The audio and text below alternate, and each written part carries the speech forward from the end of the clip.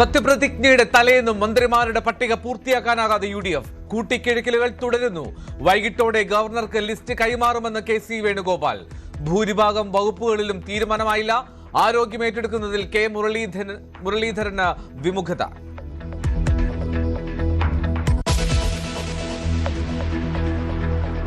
മുഖ്യമന്ത്രി ഉൾപ്പെടെ കോൺഗ്രസിൽ നിന്ന് 12 മന്ത്രിമാർ. ധനകാര്യവും തുറമുഖവും മുഖ്യമന്ത്രിക്ക്. VT ബൽറാമിനെ സ്പീക്കറാക്കാൻ സാധ്യത. റവന്യൂ വകുപ്പ് വേണമെന്ന് സണ്ണി ജോസഫ്. രണ്ടാമത്തെ വനിതാ മന്ത്രി ആരെന്ന കാര്യത്തിലും തീരുമാനമില്ല.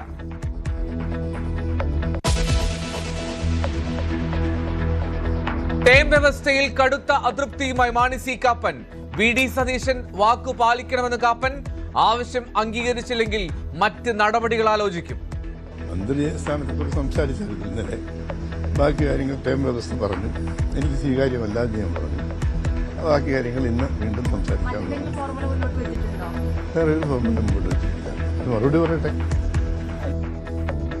2 മന്ത്രിമാരെ വേണമെന്ന നിലപാട് ആവർത്തിച്ച് ജോസഫ് ഗ്രൂപ്പ്. ഘടകകക്ഷികളുമായി കോൺഗ്രസ് നേതൃത്വം വീണ്ടും ചർച്ച നടത്തും.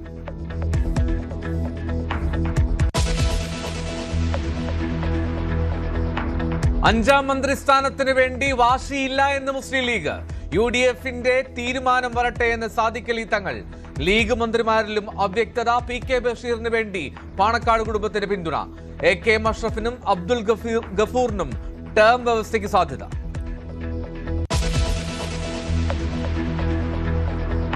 തോൽവിയുടെ ഉത്തരവാദികൾ പിണറായിയും ഗോവിന്ദനുമെന്ന് CPM ജില്ലാ കമ്മിറ്റികൾ.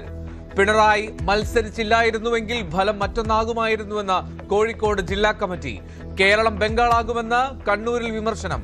ജില്ലയിലെ തോൽവിക്ക് കാരണം P രാജീവ് എന്ന എറണാകുളം കമ്മിറ്റി.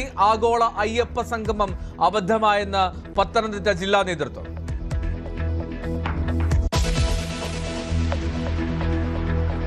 സ്വർണ്ണക്കൊള്ളയ്ക്ക് പിന്നാലെ ശബരിമലയിൽ പൂജകളുടെ പേരിലും വൻ വെട്ടിപ്പ്. വിജിലൻസ് അന്വേഷണത്തിൽ കണ്ടെത്തിയത് കോടിക്കണക്കിന് രൂപയുടെ കൊള്ള. സൗജന്യമായി കിട്ടുന്ന പൂജാദ്രവ്യങ്ങൾ ഉപയോഗിച്ച ശേഷം ഉദ്യോഗസ്ഥർ പണം എഴുതിയെടുത്തുവെന്ന് കണ്ടെത്തൽ.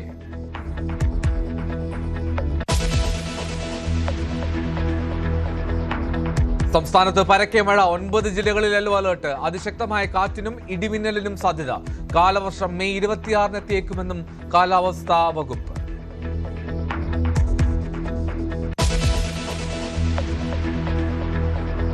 തിരുവനന്തപുരത്ത് നിന്ന് പുറപ്പെട്ട രാജധാനി എക്സ്പ്രസിൽ വൻ തീപിടുത്തം. 2 ബോഗികൾ പൂർണ്ണമായി കത്തി നശിച്ചു.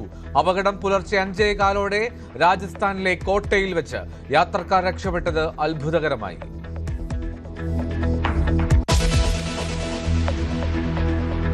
ഹോർമുസ് കടലിടുക്കിൽ കപ്പലുകൾക്കുള്ള ടോൾ ഉടൻ പ്രഖ്യാപിക്കുമെന്ന് ഇറാൻ. US-മായി നേരിട്ടുള്ള സൈനിക സംഘർഷത്തിനും തയ്യാർ. സമാധാന കരാറിന് തയ്യാറായില്ലെങ്കിൽ ഇറാന് മോശം സമയം വരാൻ പോകുന്നുവെന്ന് ഡൊണാൾഡ് ട്രംപ്.